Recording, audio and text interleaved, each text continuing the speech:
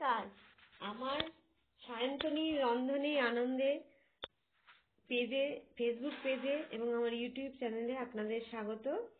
আজকে আমি দেখাবো পাটিসাপটা। এখন শীতকাল এবং এই সময় কিছুদিন পর পিঠে পুলি খাওয়ার সময়, এর সময় দেখাবো আমি পাটিসাপটা।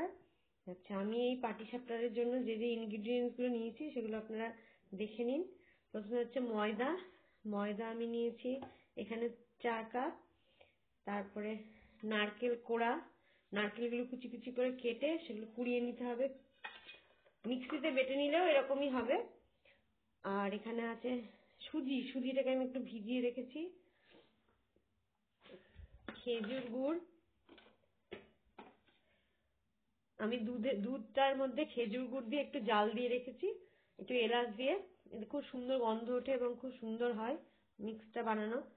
তারপরে নিয়েছি একটু চালের গুঁড়ি অল্প, এটা হচ্ছে একটু বেকিং পাউডার, এটা হচ্ছে বেকিং সোডা। এগুলো লাগে না, দিলে একটু ফুলবে জিনিসটা, সেই জন্য দেওয়া হচ্ছে। আচ্ছা, এটা ময়দা চেনে নেয়। এরপর হচ্ছে এর মধ্যে এইগুলো ইনগ্রিডিয়েন্টস। এরপর আমরা এখানে যাই, কড়াইটা বসিয়ে দিয়েছি, গরম হয়ে গেছে কড়াইটা। এর মধ্যে প্রথমে পুরটা করব। প্রথমে নারকেলটা কড়াইয়ের মধ্যে ঢেলে দিলাম, নারকেলের কোড়াটা। এরপর এর মধ্যে কিছু খেজুর গুড় আমি ভেঙে রেখেছি,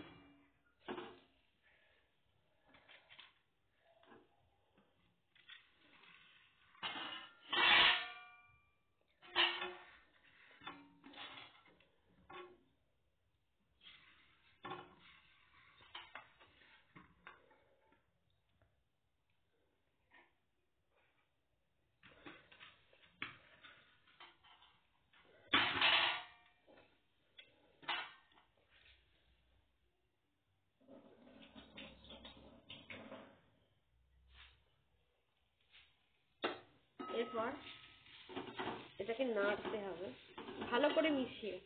গুড়টা একটু গলবে,